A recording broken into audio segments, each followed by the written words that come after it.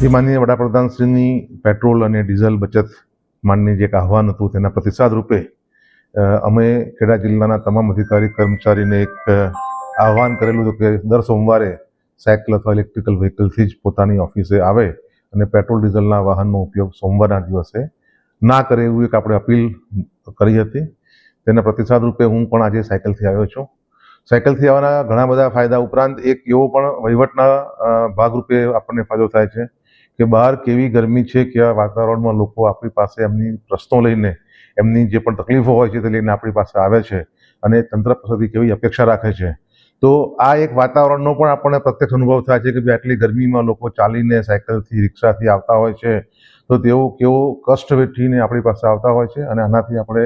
વહીવટમાં એ લોકોને કોઈ પણ પ્રકારનો અનડ્યુ રીતે ધક્કો ના ખવડાવીએ અને એમનું કામ ત્વરિત કરી આપી શકીએ તેવો પણ એક સંદેશ આના માધ્યમથી હું મારા અધિકારી કર્મચારીને આપવા માંગુ છું.